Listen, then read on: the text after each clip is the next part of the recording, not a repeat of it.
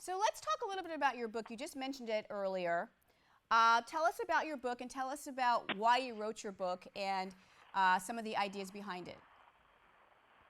Well, I have 3 books out now. The first one I wrote was called Who Told You You Were Broke? And that's really talking about the thinking of how people just self-destruct themselves. And it's really the same thing in the subject that we're talking about now, is the person will look at their current situation or their current bank account, and then they'll say, well, I don't have anything anyway, so why try?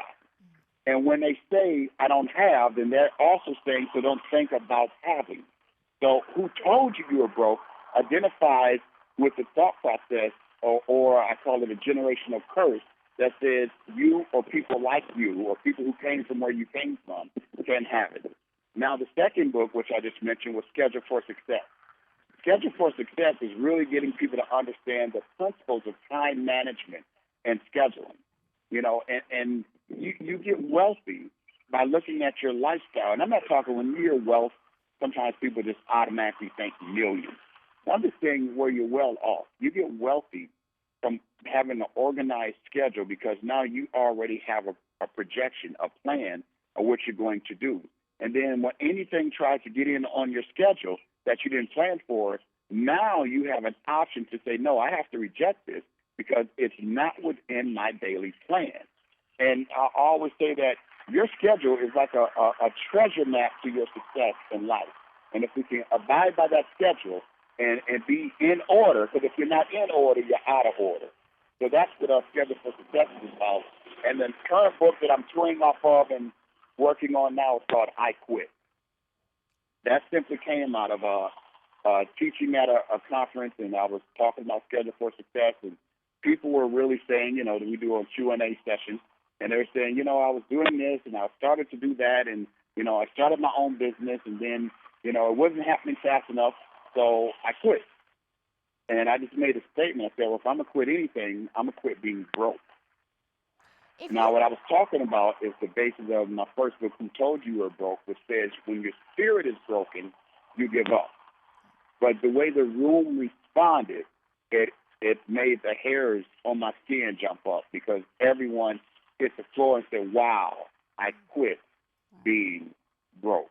Meaning I'm going to stop making self-defeating decisions, and I'm going to educate myself on how to better make decisions so that I can make it in life. So in order to make it to a better position in life, there are some things from yesterday or some habits that you will have to stop or quit doing. So I give an example of if I want to be in shape, then I have to eat better. So I have to quit eating the wrong food and start eating the right food. If you want financial success, then you need to quit making bad financial management decisions and then, in return, start making good financial decisions. That also means you're willing to go and study and get the right, correct information so that you can just take life one step at a time.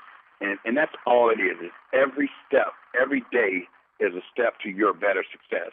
And I quit being broke just says identify. Let me just stop you for a minute. What if you were going to give an everyday person 3 tips to get their financial house in order? What would be the 3 things that you would suggest?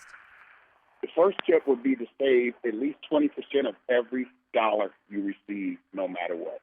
Just you get $1, save 20 cents. You get $100, save $20. You put it in a growth fund, a tax-deferred fund. So that way you are making an investment in your life tax-free. So therefore you have that. The second is, I spoke about before, is make sure you have life insurance. That life insurance is important. And then number 3, when you make an investment, make sure you understand assets and liabilities so that you can make sure you have good credit. Credit is important, and those who don't do right on credit, you're going to pay more in interest for your home, for your cars, and for certain things like that. So make sure you do all that right. So save 20% at least of every dollar. Make sure you have life insurance, and then do all you can to make sure your credit is in order.